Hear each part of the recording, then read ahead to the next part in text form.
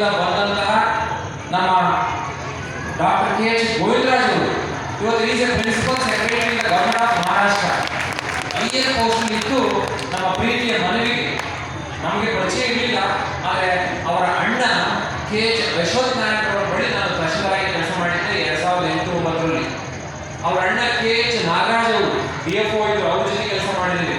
ಹೀಗೆ ಅನೇಕರು ಅವ್ರ ಮನೆಯಲ್ಲಿ ಇವತ್ತು ಭಾರತದ ಸೇವೆಯನ್ನು ಸಲ್ಲಿಸ್ತಾ ಇದ್ದಾರೆ.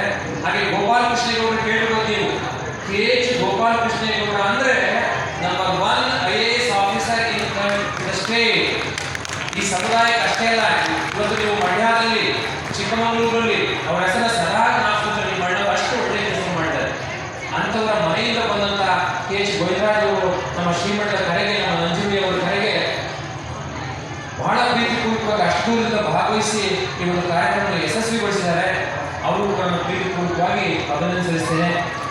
ಹಾಗೆ ನಮ್ಮ ಆಡಿಟರ್ ನಾಗರಾಜ್ ಅವರು ನಮ್ಮ ಜೊತೆ ಸದಾ ಪ್ರತ್ಯಕ್ಷವಾಗಿ ಪರೋಕ್ಷವಾಗಿದ್ದು ಶ್ರೀಮಠವನ್ನು ಬೆಳೆಸಬೇಕು, ನೀವು ಭಯ ಪಡಬೇಡಿ, ಹೆದರಬೇಡಿ, ನಾವಿದ್ದೀವಿ, ನೀವು ವಿಶ್ವ ಮಾನವ ತತ್ವದ ಅಡಿಯಲ್ಲಿ ಈ ಮಠವನ್ನು ತೆಗೆದುಕೊಂಡು ಹೋಗಿ ಜಾತಿಗೆ ಸಂಕುಲೆ ಹಾಕಬೇಡಿ ಅಂತ ಸದಾ ಕಾಲ ನಮಗೆ ಮಾತುಗಳು ಹೇಳ್ತಾ ಇದ್ದಾರೆ. ಇವತ್ತು ಆಡಿಟರ್ ನಾಗರಾಜ್ ಅವರು ಇಲ್ಲಿ ಆಸಕ್ತರಾಗಿದ್ದಾರೆ, ಅವರ ಬಗ್ಗೆ ಕೂಡ ಗೌರವಿಸಿದೆ. ಹಾಗೆ ಮತ್ತವರು ನಮ್ಮ ಹನುಮಂತರಾಯಪ್ಪನವರು ಸರಳರು ಮುಗ್ಧಜೀವಿ ವಕೀಲ ಸಂಘದ ನಿರ್ದೇಶಕರಾಗಿ ನಮ್ಮ ಜೊತೆ, ನಮ್ಮ ಮಠದ ಜೊತೆ ಬಹಳ ಪ್ರೀತಿ ವಿಶ್ವಾಸ ಇಟ್ಕೊಂಡು ಇವತ್ತು ಆಗಮಿಸಿದ್ದಾರೆ. ನಮ್ಮ ಹನುಮಂತರಾಯಪ್ಪನವರು ಉಪಸ್ಥಿತಿ ಕೂಡ ಬಹಳ ಪ್ರೀತಿಪೂರ್ವಕವಾಗಿ ಗೌರವಿಸ್ತೇವೆ. ಹಾಗೆ ಮತ್ತವರು ಈ ನಾಡು ಕಂಡ ಒಬ್ಬ ಪ್ರಾಮಾಣಿಕ KS ಅಧಿಕಾರಿ, ಪೂರ್ವಾಶ್ರಮದಲ್ಲಿ ನಮ್ಮ ಬ್ಯಾಚ್ಮೇಟ್, ಎಷ್ಟು ವಿದ್ಯಾವಂತ, ಎಷ್ಟು ಬುದ್ಧಿವಂತ, ಎಷ್ಟು ಸಂಸ್ಕೃತಿ ಚಿಂತಕ, ಅದರಲ್ಲೂ ವಿಶೇಷವಾಗಿ ಆಡಳಿತದ ಎಲ್ಲ ವಿಷಯಗಳನ್ನ ಆಳವಾಗಿ ಅಧ್ಯಯನ ಮಾಡುವಂಥ ನಮ್ಮ ಚಂದ್ರಶೇಖರ್ ಅವರು, HG ಚಂದ್ರಶೇಖರ್ ಅವರು, ಜಾಯಿಂಟ್ ಡೈರೆಕ್ಟರ್ ಅಗ್ರಿಕಲ್ಚರ್ ಡಿಪಾರ್ಟ್ಮೆಂಟ್, ಅತ್ಯಂತ ಪ್ರಾಮಾಣಿಕ ವ್ಯಕ್ತಿ. ಹಾಗಾಗಿ ಅವರು ಇವತ್ತು ನಮ್ಮ ಕಂದಾಯ ಇಲಾಖೆ ಕುರಿತು ಮಾತನಾಡಿದ್ರು. ಅವರ ಉಪಸ್ಥಿತಿಗಳನ್ನು ಪ್ರೀತಿಪೂರ್ವಕ ಗೌರವಿಸ್ತೇನೆ. ಹಾಗೆ ನಮ್ಮ ಇದ್ದಾರೆ, ಇನ್ನು ವಿಶೇಷವಾಗಿ ಪ್ರೊಫೆಸರ್ ನಂಜುಂಡಯ್ಯನವರು ನಮ್ಮ ಮಠದ ಬಗ್ಗೆ, ಯಾಕಂದ್ರೆ ಅವರೊಂದು ಕೊಡುಗೆ ಕೊಟ್ಟಿದ್ದಾರೆ, ಹೇಳಲೇಬೇಕು. ನಾವಿಲ್ಲಿ ದೀಕ್ಷೆ ತೆಗೆದುಕೊಂಡ 3 ತಿಂಗಳಿಗೆ ಬಂದರು. ಗಣ್ಯರಿಂದ ನೋಡ್ತಾ ಇದೆ, ಎಲ್ಲ ಬಿಟ್ಟು ಬಂದಿದ್ದಾರೆ, ಇವ್ರು ಏನಾದ್ರು ಮಾಡ್ತಾರ, ಸುಮ್ಮನೆ ಊಟ ಮಾಡಿಕೊಂಡು ಪೂಜೆ ಮಾಡಿಕೊಂಡು ಕುಳಿತುಕೊಳ್ತಾರ ಅಂತ ಬಹಳ ಹದ್ದುಗಳಿಂದ ನೋಡ್ತಾ ಇದ್ದಾರೆ. ಅವರ ಅಪೇಕ್ಷೆಗಳನ್ನ ನೀವು ಈಡೇರಿಸಬೇಕು. ಹಾಗಾಗಿ ಗುರುಗಳ ಹೆಸರಿನಲ್ಲಿ, ಕುಮಾರ ಚಂದ್ರಶೇಖರನಾಥ ಮಹಾಸ್ವಾಮೀಜಿಯವರ ಹೆಸರಿನಲ್ಲಿ, ಯಾಕೆಂದ್ರೆ ಇಡೀ ದೇಶದಲ್ಲಿ ಒಬ್ಬ ವೇದಾಂತಿ, ಅದ್ವೈತ ಸಿದ್ಧಾಂತಿ, ಸಂಸ್ಕೃತ ಪಂಡಿತ, ಬಹುಭಾಷಾ ಪಂಡಿತರು ನನ್ನ ಹೆಮ್ಮೆಯ ಗುರುಗಳು ಕುಮಾರ ಚಂದ್ರಶೇಖರನಾಥ ಮಹಾಸ್ವಾಮೀಜಿಯವರು. ಅವರ ಹೆಸರಿನಲ್ಲಿ ಸಂಸ್ಕೃತ ವೇದ ಆಗಮ ಪಾಠಶಾಲೆ ಮಾಡಲೇಬೇಕು ಅಂತೇಳಿ ಕಮಿಷನರ್ ವೆಂಕಟೇಶ್ ಅವರು, ಕಮಿಷನರ್ ಇದ್ರು ಡಾಕ್ಟರ್ ವೆಂಕಟೇಶ್ ಅವರು, ಅವ್ರ ಹತ್ರ ಕರ್ಕೊಂಡು ಹೋಗಿ ಸಂಸ್ಕೃತ ವೇದ ಆಗಮ ಪಾಠಶಾಲೆ ಮಾಡಿಸ್ಬಿಟ್ಟು ಆ ಪುಣ್ಯಾತ್ಮರು ನಮ್ಮ ಪ್ರೊಫೆಸರ್ ನಂಜುಂಡಯ್ಯ ಅವರಿದ್ದಾರೆ, ಅವರು ಕೂಡ ಪ್ರೀತಿಪೂರ್ವಕ ಅಭಿನಂದನೆಯನ್ನು ಸಲ್ಲಿಸ್ತೇನೆ. ಹಾಗೆ ನಮ್ಮ ದೇವರಾಜ್ ಅವರು ಪೂರ್ವಾಶ್ರಮದಲ್ಲಿ ಅಡಿಷನಲ್ DC ಆಗಿ ಮಂಡ್ಯದಲ್ಲಿ ಕೆಲಸ ಮಾಡಬೇಕಾದ್ರೆ ಅವ್ರು ಯಾವಾಗಲೂ ಆಸ್ಪತ್ರೆ ವಿಸಿಟ್ ಮಾಡಿದಾಗ ನನ್ನ ಬಹಳ ಪ್ರೀತಿಯಿಂದ ಕಾಣ್ತಾ ಇದ್ರು. ಅವರು ಒಬ್ಬ ಆರ್ಟಿಸ್ಟ್, ನಮ್ಮ ಭಾವಚಿತ್ರವನ್ನ, ಆ ಒಂದು ತೈಲವನ್ನ ಚಿತ್ರವನ್ನು ಇವತ್ತು ಮಾಡ್ಕೊಂಡು ಬಂದು ನಮ್ಗೆ ಆಕಸ್ಮಿಕವಾಗಿ ಒಂದು ಸಂತೋಷ ಉಂಟು ಮಾಡಿದ್ದಾರೆ. ಅವರ ಉಪಸ್ಥಿತಿ ಕೂಡ ಗೌರವಿಸ್ತೇನೆ. ಹಾಗೆ ಶಿವಲಿಲಕ್ಕ ಅವರು, ಯಾರನ್ನ ಮರೆತರೂ ಕೂಡ ಅವ್ರನ್ನ ಮರಿಬಾರದು, ದ್ರೋಹ ಆಗುತ್ತೆ.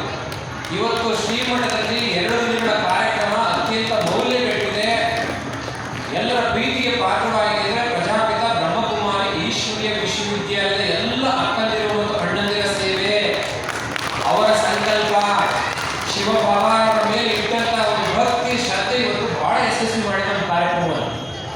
12 ಲಿಂಗಗಳ ಒಂದು ದರ್ಶನ, ಅನಂತ ಲಿಂಗ ದರ್ಶನವನ್ನು ಲಕ್ಷಾಂತರ ಎಲ್ಲರೂ ಕೂಡ ಬಹಳ ಸುವ್ಯವಸ್ಥಿತವಾಗಿ ಮಾಡಿ ಶ್ರೀಮಠದ ಭಕ್ತರು ಶಿವರಾತ್ರಿನ ಬಹಳ ಪ್ರೀತಿ, ಗೌರವ, ಭಕ್ತಿ, ಶ್ರದ್ಧೆ, ಭಾವದಿಂದ ಮಾಡಬೇಕು.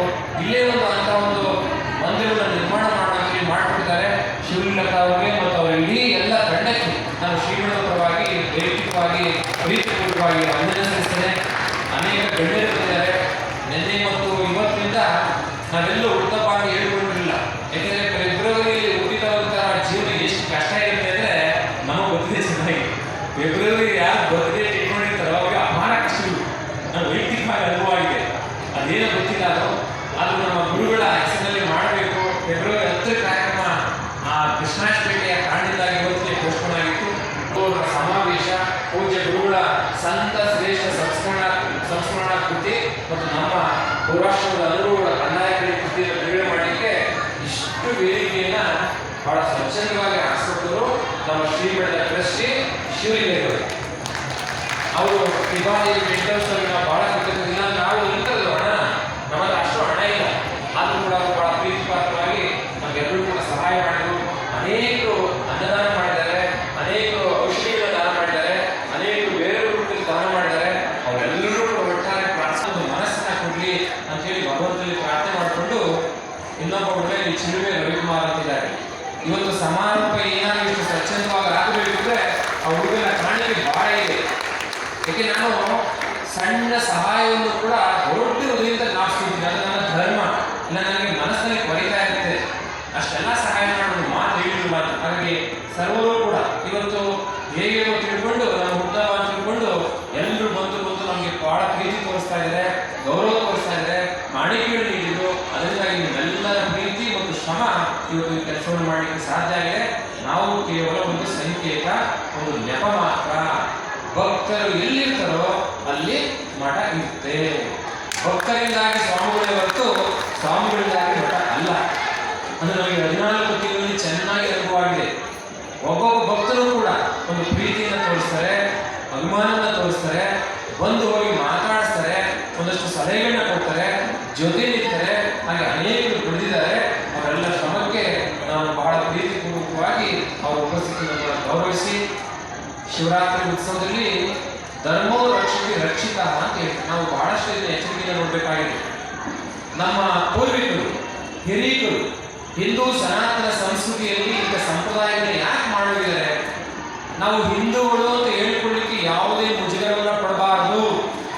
ಅದರಲ್ಲಿರುವ ದೋಷಗಳನ್ನ ಮಹಾತ್ಮರು ಹುಟ್ಟಿ ಹುಟ್ಟಿ ಹುಟ್ಟಿ ಹುಟ್ಟಿ ಸಂಸ್ಕರಿಸಿ ಒಂದು ಉತ್ಕೃಷ್ಟ ಸಮಾಜವನ್ನು ನಿರ್ಮಾಣ ಮಾಡಿದ್ದಾರೆ. ಹಿರಿಯರು ಹೇಳಿದರು, ಈ ಸಮಾಜದಲ್ಲಿ ಅನೇಕ ದೋಷಗಳಿದ್ದಾವೆ, ಬಹಳಷ್ಟು ದೋಷಗಳಿದ್ದಾವೆ. ಆದರೆ ಆ ದೋಷಗಳನ್ನೇ ನೆಪ ಮಾಡಿಕೊಂಡು ನಮ್ಮ ಧರ್ಮವನ್ನ ಅಳಿಯುವ ಬೈಯುವ ಒಂದು ಸಂಸ್ಕೃತಿಗೆ ನಾವು ಕೈ ಹಾಕಬಾರದು. ಹಿಂದೂ ಧರ್ಮ ಇಡೀ ಜಗತ್ತಿಗೆ ಶ್ರೇಷ್ಠತೆಯನ್ನ ಸಾರಿದಂಥದ್ದು. ಸ್ವಾಮಿ ವಿವೇಕಾನಂದರು ಹೆಮ್ಮೆಯಿಂದ ಹೇಳ್ಕೊತಾರೆ, ನಾವು ಹಿಂದೂಗಳು ಅಂತ ಹೇಳ್ಕೊಳ್ಳಿ, ಕಾರಣ ಜಗತ್ತಿನ ಹಿತವನ್ನು ಬಯಸುವ ಒಂದು ಶ್ರೇಷ್ಠ ಧರ್ಮ ಅದು. ಪೂಜೆ ಮಾಡೋ ಧರ್ಮ ಅಲ್ಲ, ಅದು ನಮ್ಮ ಆತ್ಮ ಸಂಯಮಕ್ಕೋಸ್ಕರ ನಾವು ಮಾಡಿಕೊಳ್ಳುವ ಒಂದು ವಿಧಾನ.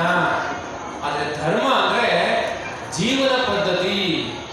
ಜೀವನ ಪದ್ಧತಿ ನಾವು ಹೇಗೆ ಜೀವಿಸ್ತೀವಿ ಅಂತ ಡಾಕ್ಟರ್ ಮಂಜುನಾಥ್ ಅವರು ಹೇಳಿದರು. ಬಹಳಷ್ಟು ಮಾರ್ಮಿಕವಾದ ಮಾತುಗಳು ಹೇಳಿದರು. ಜಸ್ಟಿಸ್ ಅವರು ಕೂಡ ಹೇಳಿದರು, ತೃಪ್ತಿ, satisfaction is equal to salvation. ಆತ್ಮತೃಪ್ತಿ ಇಲ್ಲದ ಹೊರತು ನಾವು ಎಷ್ಟೇ ಸಂಪಾದನೆ ಮಾಡಿದ್ರು ಕೂಡ ಮೋಕ್ಷ ಯಶಸ್ಸು ಸಿಗೋದಿಲ್ಲ ಅಂತ ನಮ್ಮ ಭಾರತೀಯ ಸನಾತನ ಸಂಸ್ಕೃತಿಯ ಒಂದು ಶ್ರೇಷ್ಠ ಪರಂಪರೆ ಇವತ್ತು ಶಿವರಾತ್ರಿ ಮಹೋತ್ಸವ ನಡೀತಾ ಇದೆ. ಅಕ್ಕಂದಿರು ಈ ಶಿವರಾತ್ರಿ ಉತ್ಸವನ ಚೆನ್ನಾಗಿ ಮಾಡಬೇಕು ಅಂತ ಹೇಳಿದರೆ ಪೂಜ್ಯರು ಕೂಡ ಹೇಳಿದರು. ಒಕ್ಕಲಿಗ ಮುದ್ದಣ್ಣ ಕಥೆ ಹೇಳಿದರು. ನಾವೆಲ್ಲ ಹೆಮ್ಮೆ ಪಡಬೇಕು. ನಾಟ್ ಓನ್ಲಿ ಒಕ್ಕಲಿಗಾಸ್, ಯಾರು ಭೂಮಿ ತಾಯಿಗೆ ಬೆವರನ್ನ ಸುರಿಸಿ ದುಡಿತಾರೋ ಅವನು ಮಡಕೆ ಮಾಡೋನಿರ್ಬೋದು, ಚಪ್ಪಲಿಯನ್ನು ಹೊಲೆಯೋನಿರ್ಬೋದು, ಅಥವಾ ಹೊಲವನ್ನು ಹೊಡೆಯೋದಿರ್ಬೋದು, ಯಾರೆಲ್ಲ ಶ್ರಮಿಕರಿದ್ದಾರೆ ಅವರೆಲ್ಲರೂ ಕೂಡ ಭಗವಂತನಿಗೆ ಶ್ರಮದ ಮೂಲಕ ಭಕ್ತಿಯನ್ನ, ಬೆವರಿನ ಮೂಲಕ ಭಕ್ತಿಯನ್ನು ಸಮರ್ಪಣೆ ಮಾಡ್ತಾರೆ. ಅವರೆಲ್ಲರ ಒಂದು ಹಿತವನ್ನು ಈ ಧರ್ಮ ಕಾಯಬೇಕು.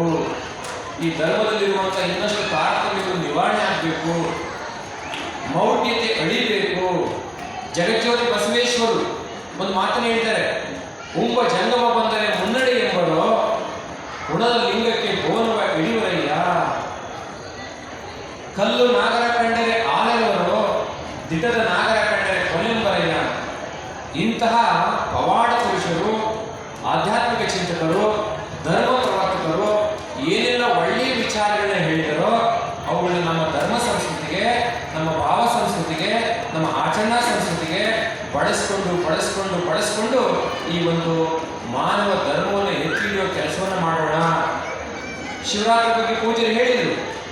ಉಪವಾಸ ಅಂದರೆ ಊಟ ಬಿಡೋದಲ್ಲ, ಭಗವಂತನನ್ನ ಸದಾ ಸ್ಮರಣೆ ಮಾಡಿಕೊಂಡು ನಮ್ಮ ದಿನನಿತ್ಯದ ಕಾಯಕವನ್ನು ಸ್ವಚ್ಛಂದವಾಗಿ, ಶುದ್ಧವಾಗಿ, ನಿಷ್ಕಲ್ಮಶವಾಗಿ ಮಾಡ್ತಾ ಹೋದರೆ ಅದೇ ನಿಜವಾದ ಶಿವರಾತ್ರಿ. ಒಕ್ಕಲಿಗ ಮುದ್ದಣ್ಣ ಭಗವಂತನೇ ದರ್ಶನ ಕೊಟ್ಟಿಗೆ ಬಂದಾಗ ಕತ್ತೆತ್ತಿಯೂ ನೋಡಲಿಲ್ಲ, ಅವನ ಕೆಲಸ ಅವನು ಮಾಡ್ತಾ ಇದ್ದ. ಭಗವಂತನಿಗೆ ಬಹಳ ಪ್ರೀತಿ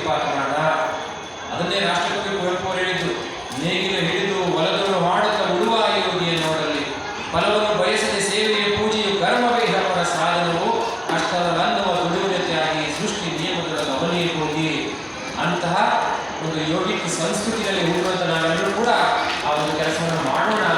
ಭಕ್ತಿ ಸಮಾಜದ, ದೇವರ, ಈ ಭೂತಾಯಿಯ ಋಣವನ್ನು ತೀರಿಸಲಿಕ್ಕೆ ಇರುವಂಥ ಒಂದು ಸರಳ ಮಾರ್ಗ.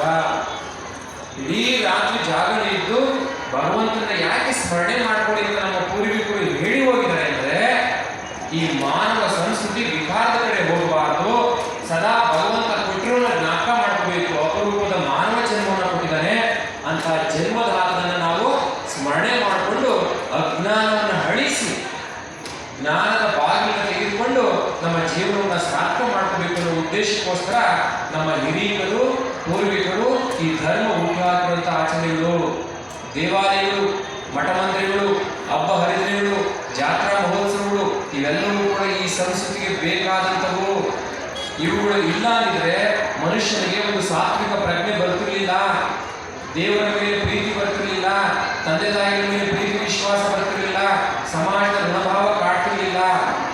ಅಂತಹದನ್ನ ನಾವು ಹುಟ್ಟು ಹಾಕಲಿಕ್ಕೆ, ಪುನರುಜ್ಜೀವನ ಮಾಡಲಿಕ್ಕೆ ಎಲ್ಲ ಸಂಪ್ರದಾಯಗಳನ್ನು ಮಾಡ್ತಾ ಇದ್ದೀವಿ ಅಂತ ಹೇಳ್ತಾ, ಇವತ್ತು ಮಹಾಶಿವರಾತ್ರಿ ಎಂದು ನಾವೆಲ್ಲರೂ ಕೂಡ ಭಗವಂತನ ಸ್ಮರಣೆ ಮಾಡಿಕೊಂಡು ಧರ್ಮೋ ರಕ್ಷತೆ ರಕ್ಷಿತ ಅನ್ನುವ ಭಾವನೆ ಇಟ್ಕೊಳ್ಳೋಣ.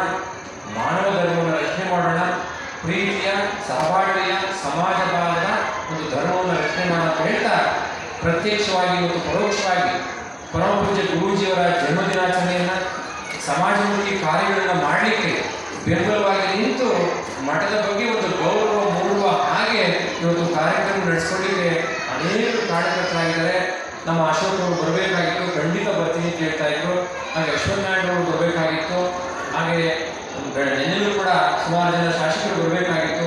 ಕಾರಣ ನಾವೇ ತಪ್ಪು ಮಾಡಿದ್ವಿ ಅಂತ ಅನಿಸುತ್ತೆ. ಶಿವರಾತ್ರಿ ಸಮಯದಲ್ಲಿ ಈ ಕಾರ್ಯಕ್ರಮ ಹಾಕ್ಕೊಂಡು ಅವ್ರ ಮೇಲೆ ಒತ್ತಡ ಹಾಕಿದ್ವಿ ಅಂತ ಅನಿಸುತ್ತೆ. ಆದರೂ ಕೂಡ ಎಲ್ಲ ಹಿರಿಯರು ಶ್ರೀಮಠದ ಮೇಲೆ ಪ್ರೀತಿ ಇಟ್ಟು, ನಮ್ಮ ಮೇಲೆ ಪ್ರೀತಿ ಇಟ್ಟು, ನಮ್ಮ ನಂಜುಂಡಿ ಮೇಲೆ ಪ್ರೀತಿ ಇಟ್ಟು ಎಲ್ಲರೂ ಕೂಡ ಬಂದು ಈ ಒಂದು ಕಾರ್ಯವನ್ನು ಸೂತ್ರವಾಗಿ ಬಹಳ ಸಂಭ್ರಮದಲ್ಲಿ ಅರ್ಥಪೂರ್ಣವಾಗಿ ನಡೆಸ್ಕೊಟ್ಟಿದ್ದಾರೆ. ಅಂತಹ ಎಲ್ಲರಿಗೂ ಕೂಡ ನಾನು ಪ್ರೀತಿ ಪೂರ್ವಕವಾಗಿ ಹೋಗಿ ತಮ್ಮ ಮಾತುಗಳಿಗೆ ವಿರಾಮವನ್ನು ನೀಡ್ತಿದೆ. ಜೈ ಶ್ರೀ ಗುರುದೇವ್.